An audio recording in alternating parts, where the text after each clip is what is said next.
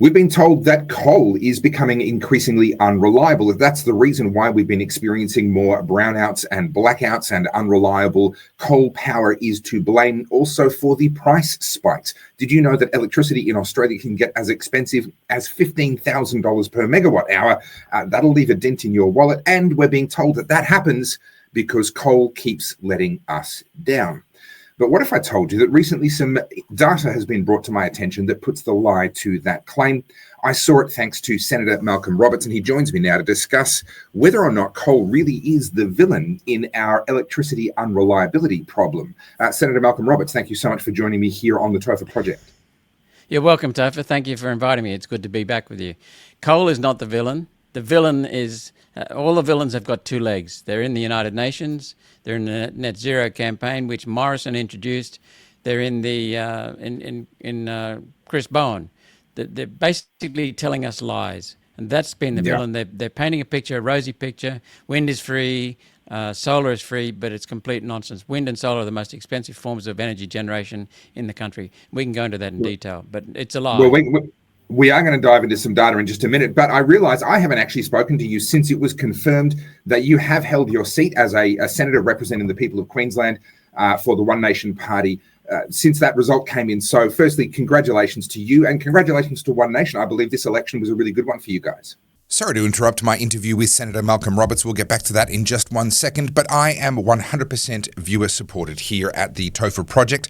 I bring stories that other people won't, and in fact stories that sometimes get me demonetized on YouTube. So I rely on you guys. You can help me to stay caffeinated and keep doing what I do by buying me a coffee via the button at topherfield.net, or by checking out my books and my merchandise. I've got books about civil disobedience, about the theology of civil disobedience. I've got a DVD, Battleground Melbourne. You can watch that for free at battlegroundmelbourne.com. But if you'd like a copy and to support me, then you can also get a copy along with my various merchandise designs over there. There we go. From goodpeoplebreakbadlaws.com. And in the process, not only will you be getting great books, great DVDs, great merch, but you're also going to be helping me to keep bringing you stories and interviews like this one with Senator Malcolm Roberts. Yes, it was. We had an increase in vote in the Senate and in the House of Reps. We had doubled our senators elected. We've got 2 senators elect plus 2 continuing senators, Pauline and myself. So we've gone to 4, not 2. And we've got outstanding people coming from New South Wales in the shape of I forgot, Warwick Stacey. My goodness, I nearly forgot there. Warwick Stacey, a really decent guy. Another decent guy, Tyron Whitten from Western Australia. Very practical people. Warwick's got a lot of maturity, a lot of experience, including Defence Force experience. And Tyron's got a lot of construction experience. Practical people, good practical people. Yeah. So we're really looking forward to working with them. Well, that's a fantastic result, and well done to you, and well done to the party, all the volunteers and everyone that has backed that. But we were just chatting off air that actually it seems like Prime Minister Anthony Albanese and the people who hold these strings of power aren't too keen on supporting minor party senators. They've actually slashed your allocation of staffers. Tell me what that means for those who aren't necessarily in the weeds the way that you and I are, and also how that disproportionately disadvantages senators like yourself and these new colleagues that you've got. Right. So what he's done is it's not just crossbench senators. It's only some of the crossbench senators. He's kept his mates with the same staffing as before. Prior to the election, we had 2 personal advisors or parliamentary advisors helping to do speeches, research on bills and assess legislation and opportunities in the Senate. Per senator, 2. And now after the Senate election, we've got the same number over 4 senators. So we've halved our advisors per senator. It's gone from 2 to 1. And there are all kinds of questions about how that's going to be done. Now, Ralph Babet had the same thing. He had his half from 2 to 1. Lydia Thorpe, 2 to 1. Jackie Lambie, though, and Tammy Tyrrell stay at 2. So how does that work? Jackie Lambie and Tammy Tyrrell both come from the smallest state in the country, with a population of about 450 constituents, I believe. We've got the largest second largest state in the country, with many, many times, I did the numbers some time ago, many times greater distance to cover, area to cover, and 2.5 million constituents of voting age. So we've got 5.5 million constituents, 2.5 million voters, and we've got way more than Tammy Tyrrell and Jackie Lambie, yet they have not had theirs cut at all. We have. We've been halved. Well, as Sherlock Holmes liked to say, the game is afoot. It certainly seems like that is very, very unjust. But then again, that's not something that's new to our system. Let's come to the topic at hand. This came to my attention thanks to a post of yours. That's why I wanted to interview you, to speak to you about it, but also because you've been so good and so consistent for many years now at championing the cause of coal as an essential part of our energy mix. We've been told time and time again that can I coal jump in there? becoming... Can I jump in there, Topher? Sure. I'm not championing the place of coal. I'm championing the cheapest form of energy generation. In some Very places, true. that's hydro. In most places, that is coal. In some places, it could be nuclear. But Right. I'm championing the cheapest form of electricity, the most affordable form of electricity, because electricity is fundamental to our energy system. And that is fundamental to manufacturing. It's fundamental to cost of living. You know, it's not only the cost, it's the reliability. We've got to have stable baseload power, synchronous baseload power. Topher, when you and I were growing up, we could walk in at night and just reach around to the side of the door and flick a switch. Yeah. That's no longer a guarantee that we'll get power. So Yeah. sorry, I didn't want to cut. No. I appreciate the clarification, because that is actually a very important distinction. You're not championing one technology over another. You're championing really the cause of cheap electricity for the people of Australia. You use the word synchronous baseload in there. I'm going to come back to that in a little while, because that's a really crucial concept for what we're talking about with grid reliability. But let's come to the topic at hand. We're told that coal is becoming less and less reliable. We're told that coal is the reason why brownouts and blackouts have been happening. And you brought to my attention and to all of your followers on social media the fact that actually the data doesn't back this up. I'm going to bring up a graph here. Talk us through this. What are we looking at here? These are the outages of more than 5 minutes intervals with a drop of more than 300 megawatts. And that's the number. You can see that on the left-hand side of the graph, it's higher than on the right-hand side. The trend is actually down. Yeah. That's a decreasing trend of coal outages, and all forms of power have outages. Coal is the most stable and the most best for baseload power, along with hydro in some places. But that is showing a decrease in outages from coal. Now, there's a couple of clarifications on this graph, and I want to give a huge shout out to a group called whatclarity.com.au. They're the ones that have compiled this data and done this research, and a huge shout out to them. Thank you. They've done a tremendous public service.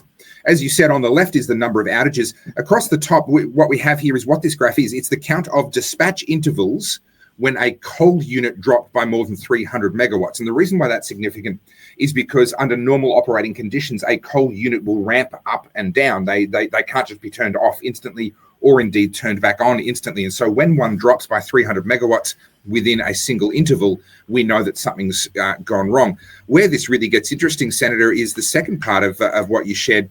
Now, this almost looks like the same graph, but it's not quite. This has an average line drawn across it, but also the data is slightly different. What's this one showing us? This is showing the plants that are still in operation. So some of the plants that were in operation on the left-hand side, 2002, 2003, etc., they've shut. Yeah. And so they're the older plants. Now this shows the data just for the plants that are still operating, and that shows a remarkable decrease in outages, dispatch outages. This actually makes me angry, Senator, because we have been told in the media and by politicians, and I was naive enough to believe them when they said that our coal power plants were getting old and were becoming less reliable and weren't being properly maintained. That is... there's no nicer way to say it. That is a lie. We've been lied to. Well, we've been lied to repeatedly. We're told by Chris Bowen, who's the Minister for Lies and Misinformation and Disinformation. We've been told by Chris Bowen repeatedly that coal is expensive, that coal is unreliable, that coal is faulty, and they're complete lies. Coal is the cheapest form of dispatchable energy in the country, bar none. And it's also highly reliable. So he's telling lies, and he's also saying the wind is free, the sun is free. It may be free, but to harness it costs billions of dollars. And what they're also showing us, that they gave us a projection at the 2022 election that they'd cut electricity bills by $275 a year.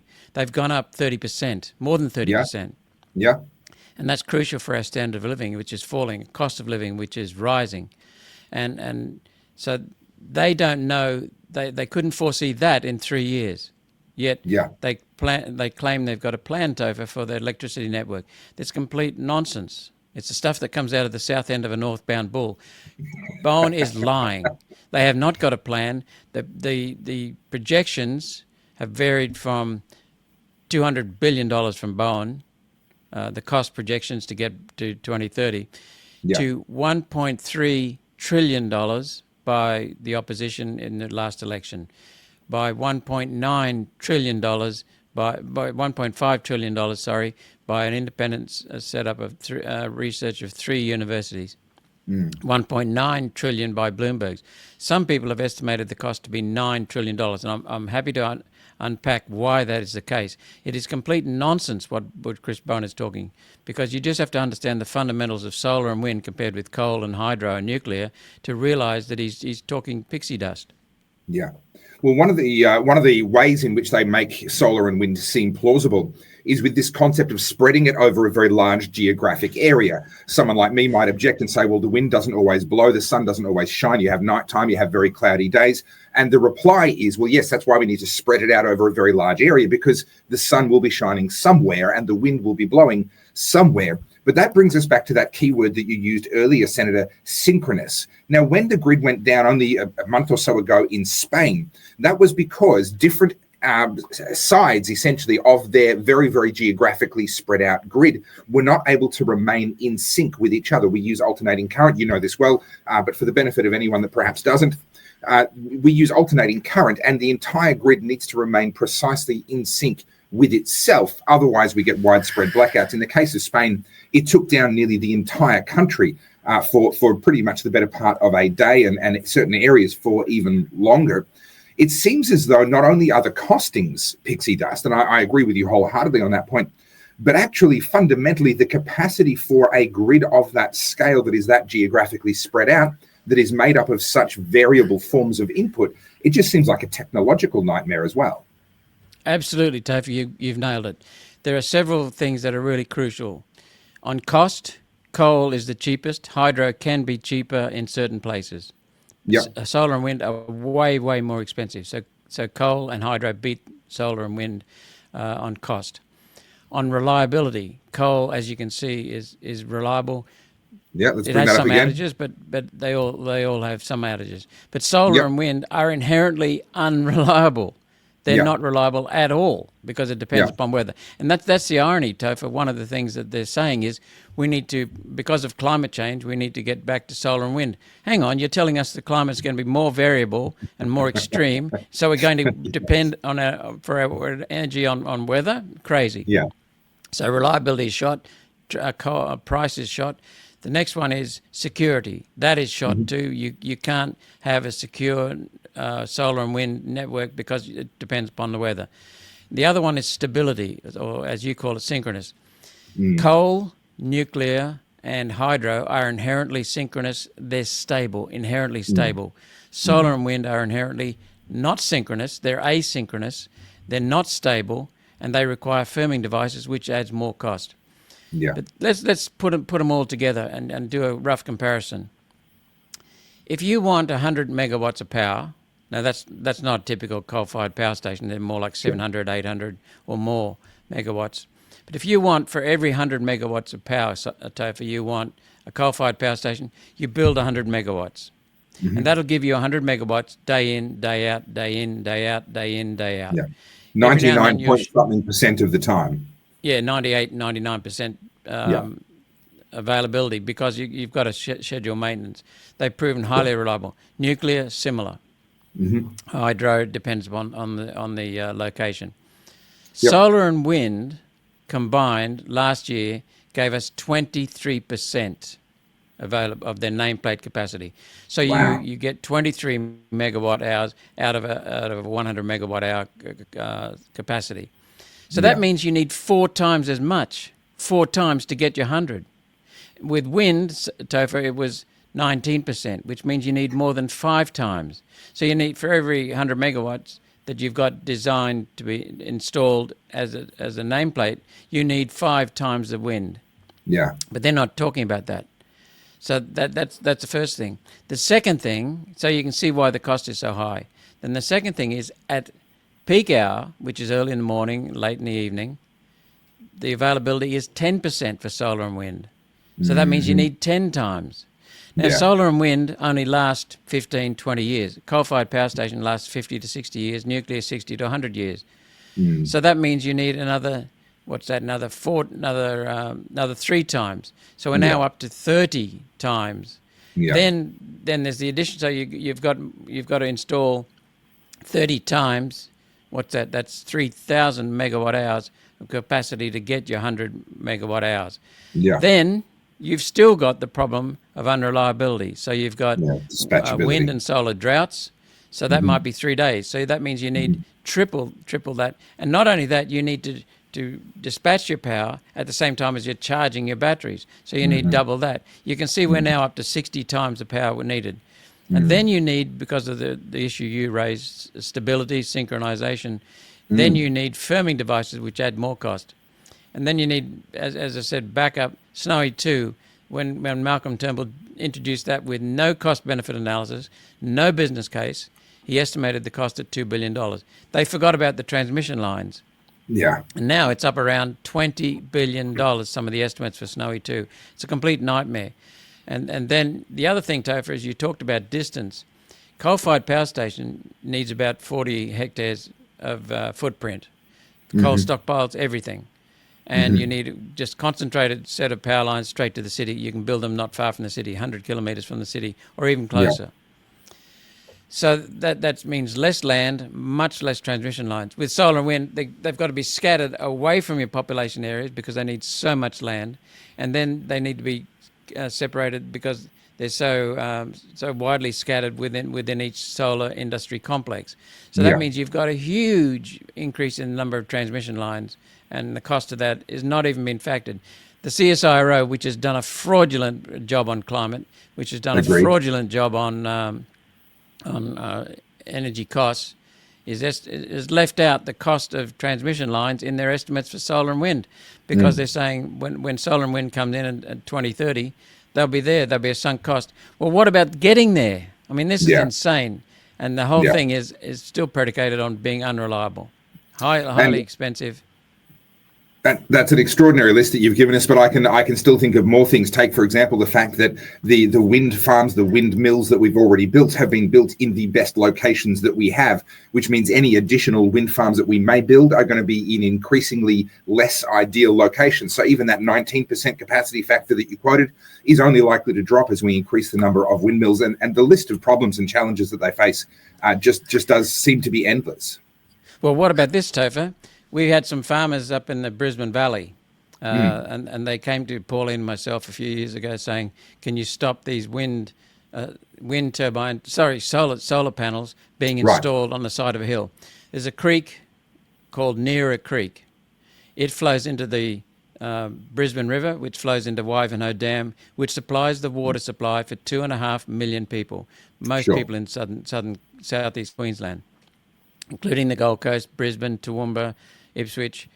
So that's a very important power supply, water supply. The farmers were telling us that some of the areas, first of all, they were going to blanket 10-kilometre mountain range in these solar panels.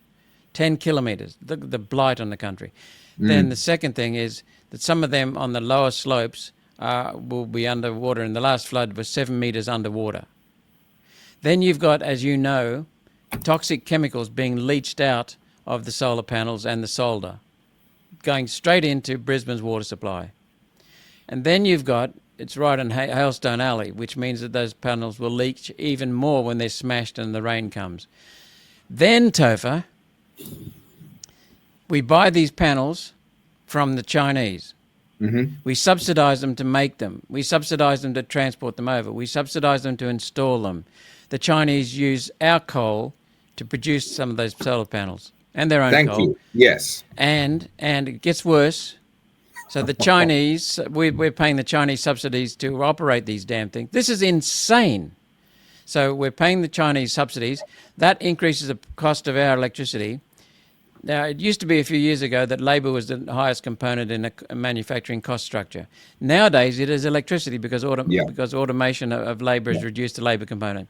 Yeah. So that means we are taking the highest component of our manufacturing sector, inflating the price in this country by subsidising to Chinese. So where do our manufacturers go? They send their factories to China.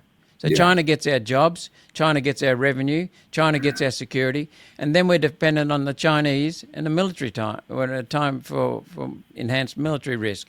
So we are destroying our food source, prime agricultural land.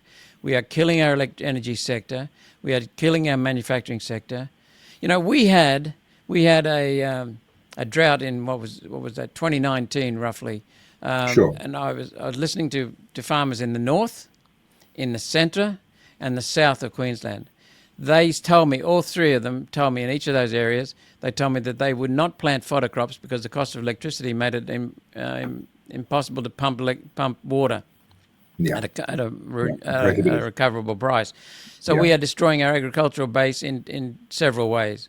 Yeah. But this is what's going on in our country. And then we've got working families who are paying through the nose for electricity, paying through the nose for food, cost of living. We've got our standard of living falling. And get this, we're doing this. China is largely using coal, nuclear, and hydro. Massive concentrations of those. China produces almost 4.5 billion tons of coal a year. It buys more coal from us. We produce about a ninth of that, 560 million tons. This is insane. We're increasing the coal output, which I'm happy about because there's no pollution from modern coal-fired power stations, and carbon dioxide is not a pollutant. So we're destroying our economy, all sectors of our economy, hurting families, hurting individuals, and we're supporting the manufacturing jobs going to China. This is insane. We've got our water supply filled with toxins. What this feels like to me is the Demtel commercial from hell. Did you used to get the Demtel commercials? But wait, there's more. This feels like that. Only every single time we go, but wait, there's more, it just gets worse. I normally enjoy chatting with you, but this has just raised my blood pressure. I'm going to go and see my GP and see if I can do something about my blood pressure because it is very high right now. Well, hang on, Topher. I'll make it worse. Oh, I've just been listening to Robert Kennedy. We're waiting for September because I think there are going to be some major announcements. So don't go to your GP for blood pressure tablets until after September. Yeah, okay. Because you never know what you'll get. Yes, indeed. It's very sage advice. Senator, thank you so much for your time here on the Topher Project. I do appreciate your work. I appreciate your straightforwardness, and I look forward to seeing what yourself personally, but also One Nation will do with that increased representation. Thank you so much for joining me. Thank you, Topher. Keep going with your independent media, mate. It's vital. Will do.